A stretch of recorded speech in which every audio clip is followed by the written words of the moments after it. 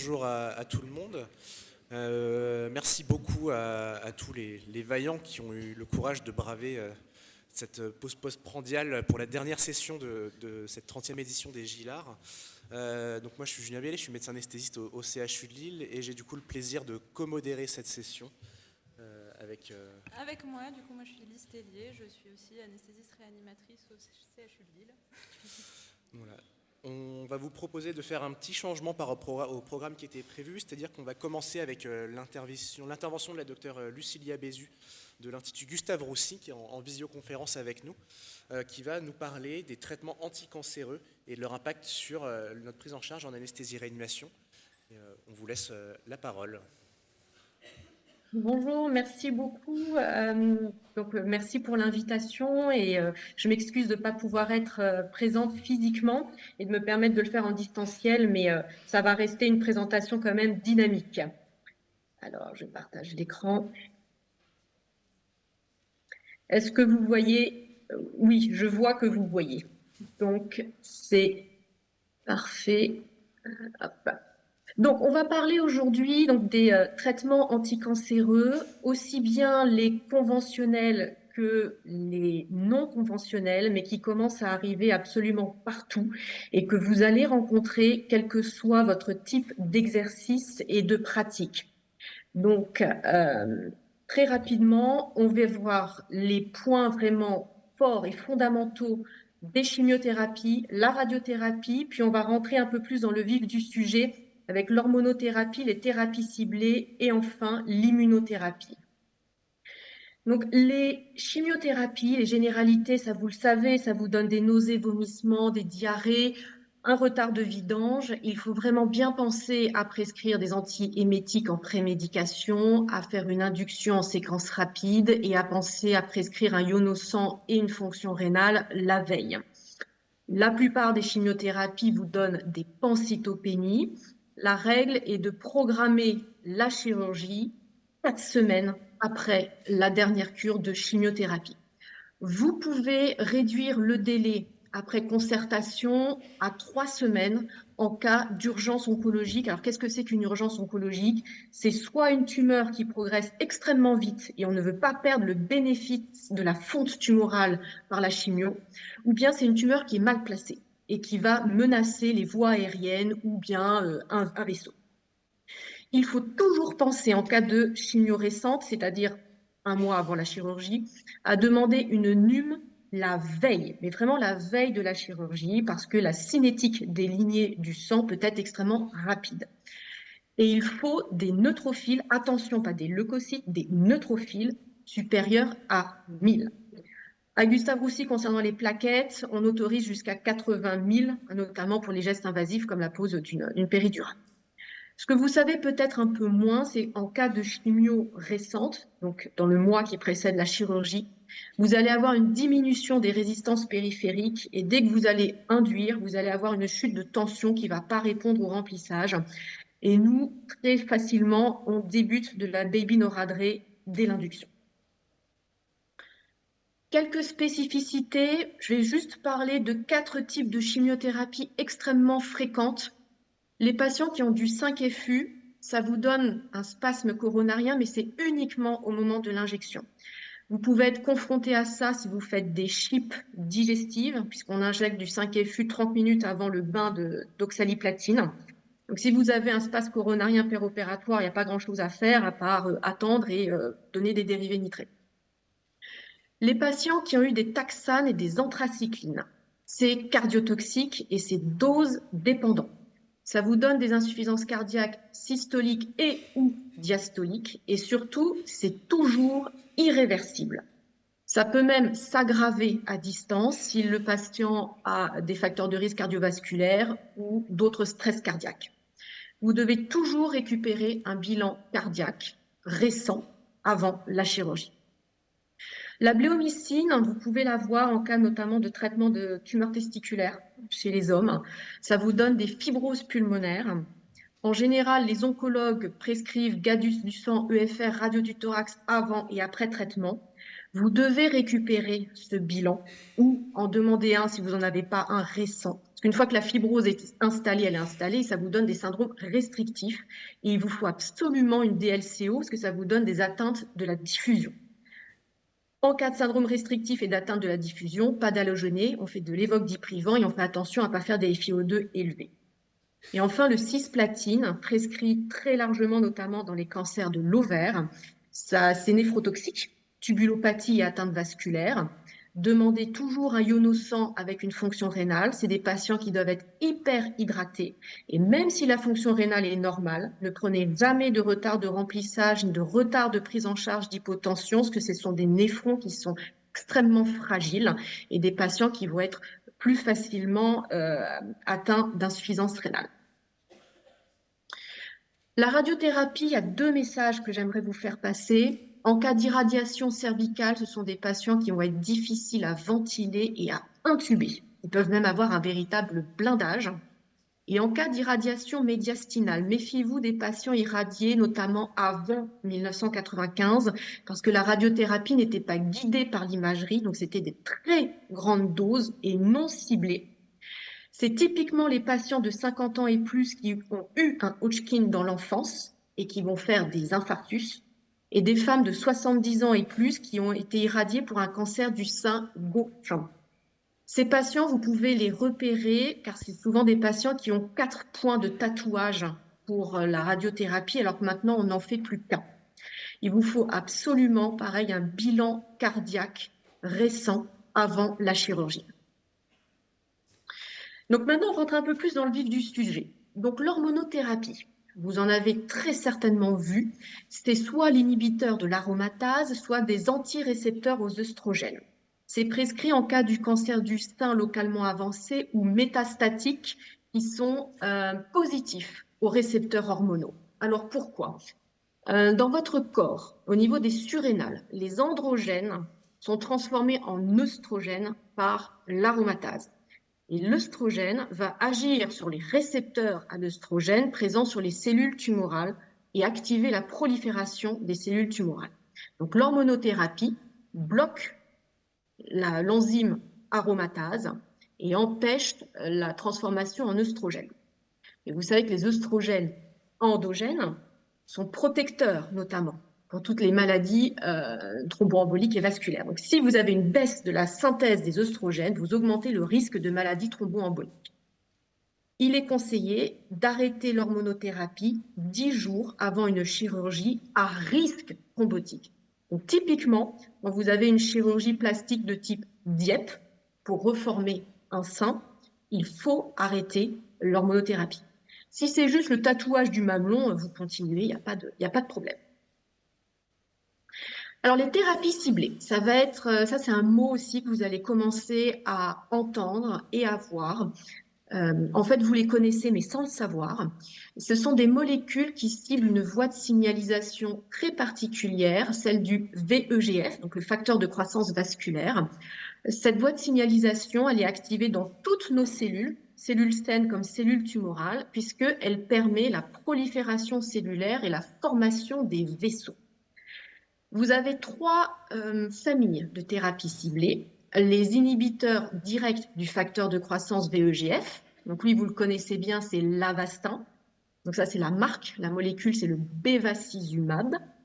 Les inhibiteurs du récepteur du VEGF, c'est tyrosine kinase. Ça va être que des noms qui se finissent en IB. Et vous avez les inhibiteurs de mTOR, donc tout en bas de la voie de signalisation. Eux, vous les connaissez, c'est sirolimus et verolimus sans sirolimus, puisque ce sont aussi des anti-rejets, prescrits notamment dans le cas de transplantation pulmonaire.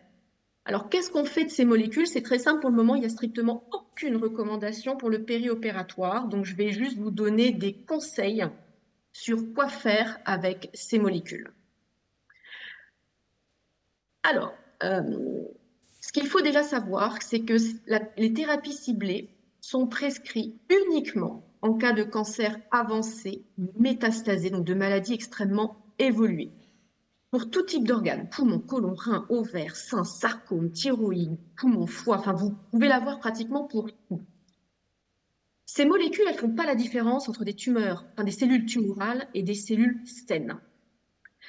Donc, vous allez avoir un arrêt de la prolifération cellulaire, un arrêt des néovaisseaux. Et c'est pour ça que vous avez des hémorragies, des difficultés de cicatrisation. Ça vous donne aussi une toxicité cardiaque. Et là où c'est beaucoup vascularisé, c'est le tube digestif. Donc, c'est pour ça que ce sont des molécules qui perforent.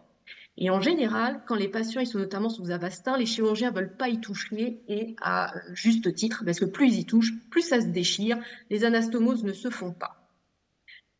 Vous pouvez voir également dans le tableau que la demi-vie d'élimination, elle est ultra longue. Donc en théorie, quand ces patients ont ces molécules de prescrites, notamment l'Avastin, on devrait l'arrêter 5 semaines avant, le reprendre 4 semaines après. Les inhibiteurs de tyrosine kinase, on devrait les arrêter 2 à 7 jours avant et reprendre 3 à 4 semaines après. Et les inhibiteurs de mTOR, arrêter 1 semaine avant et reprendre 3 semaines après. En pratique, on ne peut pas le faire. On ne peut pas le faire puisque ce sont des patients palliatifs qui sont vus en cas de chirurgie d'urgence ou en cas de chirurgie de confort, comme par exemple une stomie de décharge, et on n'a pas le temps d'arrêter ces molécules et on fait ce qu'on peut. Et en général, ça se finit jamais très très bien. Ça saigne, machin, etc. Petit aparté, parce que c'est une question qui nous avait été posée par nos collègues de l'hôpital Foch. Les patients qui sont non cancéreux et qui sont transplantés, qui ont des inhibiteurs de mTOR, très souvent, les chirurgiens veulent l'arrêter 1 semaine avant, parce que sinon, ça ne cicatrise pas et ils ne peuvent pas faire l'anastomose ou bien ça lâche. Il faut effectivement les arrêter 1 semaine avant. Vous ne faites pas ça tout seul, c'est une décision collégiale puisque ce sont des anti-rejets et c'est à reprendre le plus rapidement possible. Maintenant, l'immunothérapie. L'immunothérapie, ce sont des anticorps monoclonaux, c'est-à-dire que ce sont des anticorps qui vont reconnaître un antigène. Soit ils sont d'origine souris, la terminologie c'est OMAB, soit c'est des anticorps bifides, moitié humain, moitié souris, donc des chimères qui finissent en XIMAB. Soit ils sont chimiquement humanisés, la terminologie c'est ZUMAB, soit ils sont complètement humains et c'est la terminologie MUMAB. Ça va être que des molécules avec des noms imprononçables. Et l'objectif de ces anticorps, c'est d'empêcher l'interaction d'un ligand avec son récepteur ou que le récepteur ne marche pas ou que le ligand ne puisse pas se fixer. Petit exemple, il y en a un en général que vous avez dû au moins voir une fois, le trastuzumab, l'Herceptine, l'anti-HER2, qui est prescrit en cas du cancer du sein métastasé qui exprime le récepteur HER2. Et c'est le cas de 15% des cellules, enfin 15% des cancers du sein. HER2, en fait, il est exprimé par la cellule tumorale et il permet la prolifération de la cellule tumorale. Quand vous prescrivez de l'Herceptine, enfin quand l'oncologue prescrit de l'Herceptine en cas de cancer du sein positif à ce récepteur, l'anticorps par sa partie FAB va bloquer le récepteur HER2 et bloquer la prolifération des cellules tumorales. Et par sa partie commune FC, il va activer un récepteur sur les natural killers, qui sont des globules blancs naturellement programmés pour tuer les cellules du non-soi, donc typiquement les cellules tumorales. Donc c'est un anticorps avec double action. Il bloque la prolifération des cellules tumorales et il permet de les tuer. Donc quand on parle de cancer du sein triple négatif, c'est des cancers du sein qui n'expriment ni les hormones œstrogène, progestérone, ni HER2, donc on ne peut pas leur prescrire ni d'hormonothérapie, ni d'immunothérapie. C'est des cancers du sein extrêmement agressifs et de mauvais pronostics. Cette diapo, elle est importante. Je vous ai parlé des anthracyclines et des taxanes qui vous donnent une toxicité cardiaque. Je vous ai dit que les thérapies ciblées aussi et les anti-HER2 aussi. Ce sont 2 types de toxicité cardiaque différentes. Les anthracyclines, ça vous donne une insuffisance cardiaque permanente, non réversible et qui peut s'aggraver à distance du traitement en cas de facteurs de risque cardiovasculaire ou d'autres stress cardiaques. Et il y a un effet cumulatif dose dépendant. Thérapie ciblée et anti-HER2, l'insuffisance cardiaque aura lieu pendant la durée du traitement. Ça peut descendre très bas. Les oncologues, ils tolèrent des FEBG qui descendent à 40%, voire moins. Mais dès qu'on arrête le traitement, 2 à 4 mois après, c'est totalement réversible. Et je l'ai vu de mes propres yeux, donc c'est vrai. Donc les oncologues sont jamais stressés. Vous ne devez pas l'être non plus. S'il n'y a pas d'urgence à opérer, il faut attendre l'arrêt du traitement. Et toujours, toujours, toujours récupérer le bilan cardiaque, consultation et une échographie pour savoir où vous en êtes. Maintenant, l'immunothérapie proprement dite, ça correspond vraiment à ce qu'on appelle les anti-PD-1, PD-L1 et les anti-CTLA4. Vous allez le voir beaucoup, beaucoup, beaucoup, quel que soit votre exercice. Ce sont des inhibiteurs de ce qu'on appelle des points de contrôle du système immunitaire. En fait, pour empêcher que votre système immunitaire s'emballe, vous avez des points de contrôle qui le stoppent et qui le freinent pour empêcher l'auto-immunité. Alors, comment ça marche? Je vous montre avec des images, c'est beaucoup plus parlant. On regarde d'abord la figure A. Vous avez là l'espèce de méduse là, bleue, c'est un globule blanc qui est capable de montrer des antigènes aux cellules du système immunitaire, notamment les lymphocytes T. Quand vous n'avez pas d'immunothérapie, ce gros globule blanc là, il va naturellement inhiber le lymphocyte T pour pas qu'il s'emballe, pour pas qu'il y ait d'auto-immunité. Et dans ce cas-là, les tumeurs, elles sont peinardes, elles vont pouvoir se multiplier, elles ne sont pas tuées par le système immunitaire. Si vous donnez de l'immunothérapie, typiquement l'ipilimumab, un anti-CTLA4, il va empêcher le récepteur, le ligand du globule blanc d'activer le récepteur du lymphocyte T. Il n'y aura pas d'inhibition, le lymphocyte T va être actif et va pouvoir éliminer les cellules tumorales. Autre cas de figure, les cellules tumorales, elles sont super malignes. Elles mutent en permanence et elles ont compris que ça, c'était les PD-1, PD-L1, CTLA4, ça pouvait être super bénéfique pour elles. Qu'est-ce qu'elles font, les cellules tumorales? Elles sont capables de sécréter un ligand, PD-L1, qui va activer le récepteur PD-1 des lymphocytes T pour les inhiber et pouvoir proliférer tranquillement. Si vous donnez des anticorps anti-PD-L1 ou anti-PD-1, vous empêchez le récepteur et le ligand de se lier. Et dans ces cas-là, la cellule tumorale ne peut plus inhiber le lymphocyte T qui est actif et qui va pouvoir la détruire. Cette immunothérapie, maintenant, elle est prescrite pour tous les cancers solides, quel que soit le stade, mais tout, enfin, quel que soit le stade. J'exagère un petit peu, mais vraiment, vraiment, c'est devenu aussi commun que la chimiothérapie et la radiothérapie. Ça fait partie de l'arsenal oncologique et maintenant, on commence à le prescrire pour certaines hémopathies comme le Hodgkin. Contrairement aux thérapies ciblées, c'est donné per os, l'immunothérapie, c'est donné en intraveineux toutes les 2-3 semaines pendant plusieurs mois, voire 1 an. Là, la demi-vie d'élimination, je vous l'ai mis, c'est en jours. Donc, il vous faut 3 mois pour éliminer l'immunothérapie. Donc, une fois que c'est injecté dans le corps du malade, c'est injecté. Il n'y a pas d'antidote. Et c'est un petit peu ça, on va dire, le problème, parce que quand ça marche bien, eh ben, le système immunitaire, il marche très bien, et ça vous crée de l'auto-immunité. On appelle ça de l'immunotoxicité dans le cadre de l'immunothérapie. Ça peut toucher jusqu'à 60% des patients, mais c'est corrélé à une bonne réponse du traitement. Et on peut avoir malheureusement des patients en rémission complète, mais qui vont mourir d'immunotoxicité, parce qu'on ne peut pas arrêter l'immunothérapie. Ça peut atteindre tous les organes, ça peut vous faire des atteintes multiples. Alors quand je vous dis tous les organes, ça peut aller vraiment de l'ongle du petit orteil au bout des cheveux, hein. Ça peut survenir dans les semaines après l'injection, voire plusieurs mois, puisque la demi-vie est très longue. Le risque est augmenté en cas d'association d'immunothérapie. Et premier message fort, c'est tout symptôme, surtout s'il est bizarre, atypique, chez quelqu'un qui est sous immunothérapie ou immunothérapie récente. Alors récente, c'est jusqu'à 3 mois après la dernière injection, un minimum. C'est un effet immunomédié jusqu'à preuve du contraire. Il est interdit de faire des vaccins vivants en cours d'immunothérapie.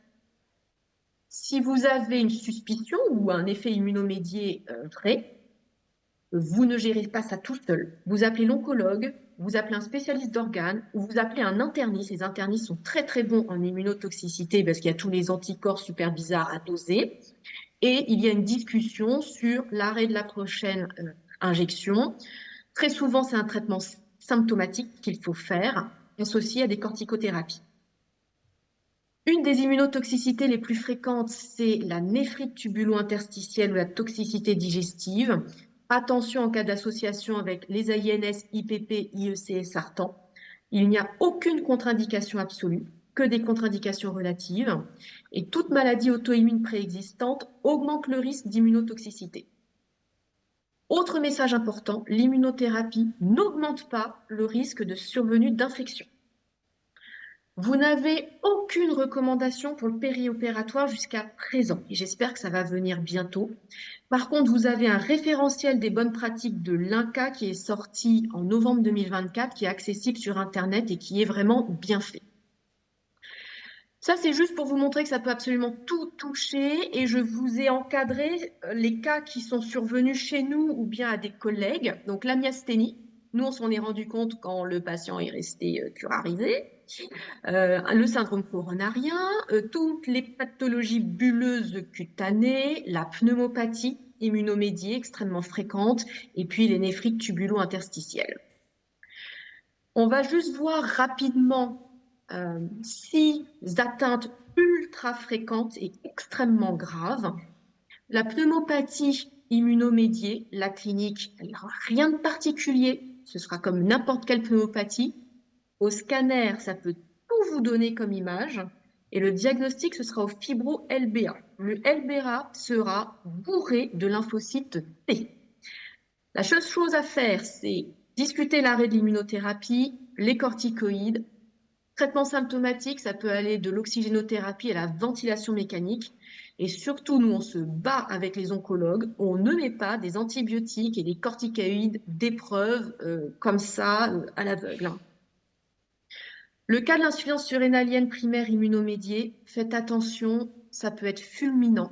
Le moindre trouble ionique chez quelqu'un sous immuno ou immunorécente, en quelques heures ou en 24 heures, vous pouvez avoir l'insuffisance surrénalienne fulminante, il ne faut pas le laisser sortir. De même pour un diabète de type 1 immunomédié. La moindre petite hyperglycémie bizarre, ça peut être fatal en 24 heures.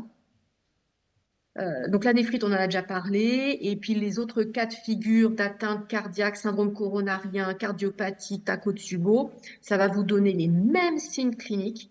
Il faut prescrire le traitement médical et aller jusqu'à la choro. Et une fois que la choro vous dit non, mais il n'y a pas de plaque, rien, c'est dû au traitement l'immunothérapie, là, vous discutez l'arrêt, etc. Mais sinon, vous faites tout classique. Une revue, je vous ai pas mis beaucoup de littérature, parce que je pense que vous en avez eu beaucoup en 2 jours de congrès, mais celle-ci, elle est vraiment très intéressante et très bien faite. Une revue publiée l'année dernière par le professeur Joélie Salem de la Pitié, une revue qui a rassemblé plus de 140 000 cas d'immunotoxicité, qui montre bien que ça touche absolument tous les organes, avec une incidence surtout dans le premier mois, et ça commence à se calmer un petit peu au bout de 3 mois.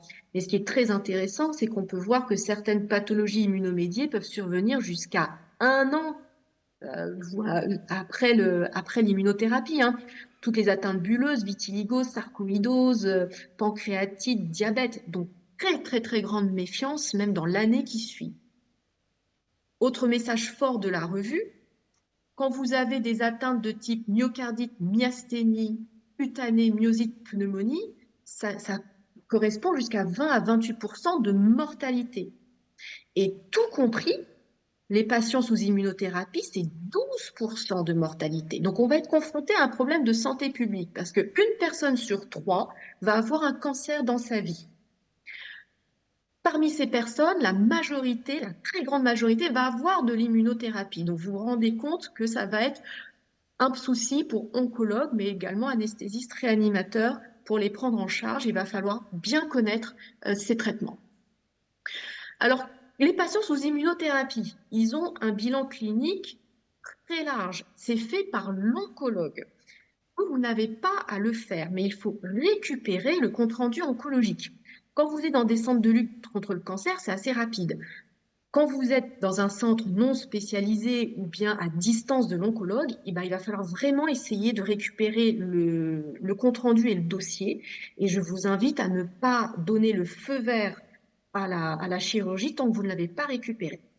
Je vous invite aussi à prendre 5 minutes de plus en consultation pour demander au patient s'il n'a pas un symptôme bizarre, anormal ou récent qui soit apparu. En général, ils sont très bien informés de leur traitement.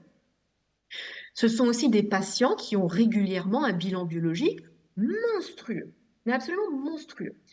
Ce n'est pas à vous de le prescrire non plus, mais vous devez le récupérer auprès de l'oncologue.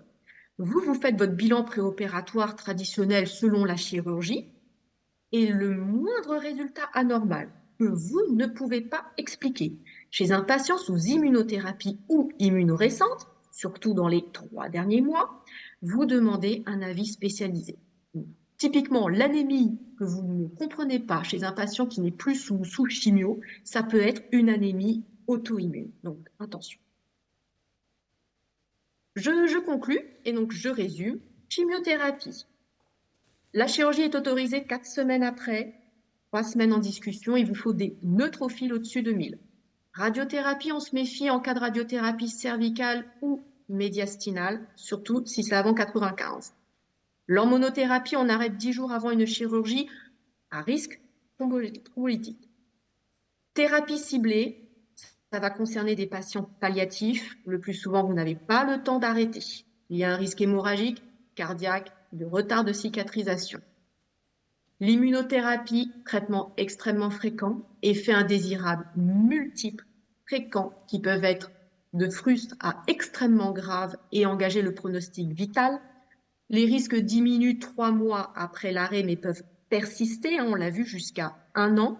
Pensez à noter la date de la dernière injection. On récupère l'examen clinique et biologique fait régulièrement par l'oncologue. En cas de la moindre anomalie, vous ne gérez pas seul, vous appelez un oncologue, un spécialiste d'organes ou un interniste. Grande prudence avec les médicaments à risque de néphrotoxicité notamment, et je vous renvoie au référentiel des bonnes pratiques de l'INCa que vous trouvez sur Internet. Attention, attention, on commence à avoir de l'immunothérapie et des thérapies ciblées pour des maladies non cancéreuses. Typiquement en France actuellement, sur le marché, vitiligo, eczéma, on a de la crème, le ruxolitinib, un inhibiteur de JAK. La sclérose en plaques, maintenant, vous avez des anticorps monoclonaux anti-CT40 ligand. Le psoriasis, vous avez des anticorps anti-IL-17. Et aux États-Unis, ils viennent sortir pour la maladie de Crohn plusieurs anticorps monoclonaux anti-IL-23.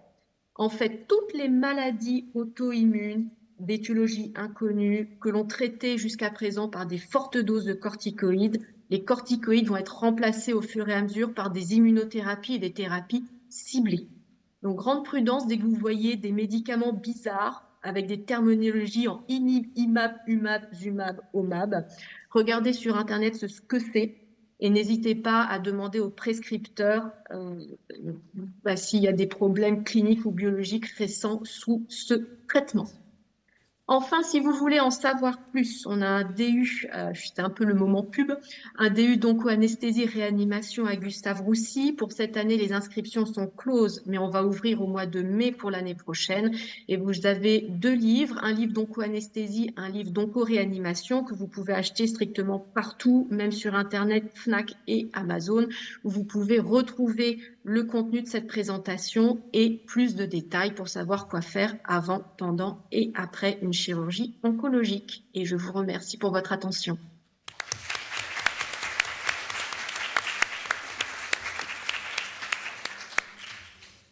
Merci beaucoup pour cette présentation extrêmement claire. J'avoue que moi, ça m'a permis d'avoir les idées un peu plus claires, notamment sur les immunothérapies. C'est dans le cadre de l'immunothérapie, justement, en cas de bloc urgent, on apprend que le patient est sous immunothérapie. Est-ce que finalement, on essaye coûte que coûte d'avoir un examen paraclinique, quel qu'il soit, parce qu'on ne pourra pas forcément de nuit, par exemple, récupérer le bilan de l'oncologue en cas de bilan urgent? Est-ce qu'il y a une espèce de checklist, au moins, de choses minimales à faire dans le cadre de l'urgence? Non, dans le cadre de l'urgence, il y a juste à interroger le patient pour savoir si lui, il sait s'il a de l'immunotoxicité. Si lui, il sait par exemple qu'il a une myasthénie, le prendre en charge comme la myasthénie traditionnelle génétique que l'on connaît. Les patients en général se connaissent bien, mais dans le cadre de l'urgence, vous ne pourrez pas faire grand-chose. Là, c'est la balance bénéfice-risque. Et puis l'immunothérapie, comme elle est injectée dans le corps du malade, de toute façon, il n'y a pas d'antidote, vous ne pouvez plus l'arrêter. Donc si c'est l'urgence, non, il faut y aller. Mais demandez quand même au patient s'il a des symptômes ou de l'immunotoxicité connue pour la prendre en considération. Merci. J'ai aussi une petite question. Est-ce qu'il y a des données épidémiologiques sur l'incidence de ces effets indésirables de l'immunothérapie, spécifiquement dans le contexte périopératoire? Est-ce que c'est, peu importe qu'on soit en périopératoire ou pas séparé, est-ce que c'est majoré, diminué? Il n'y a actuellement pas d'études qui ont été menées dans le périopératoire. D'accord. Eh ben, merci beaucoup pour votre présentation. Merci à vous.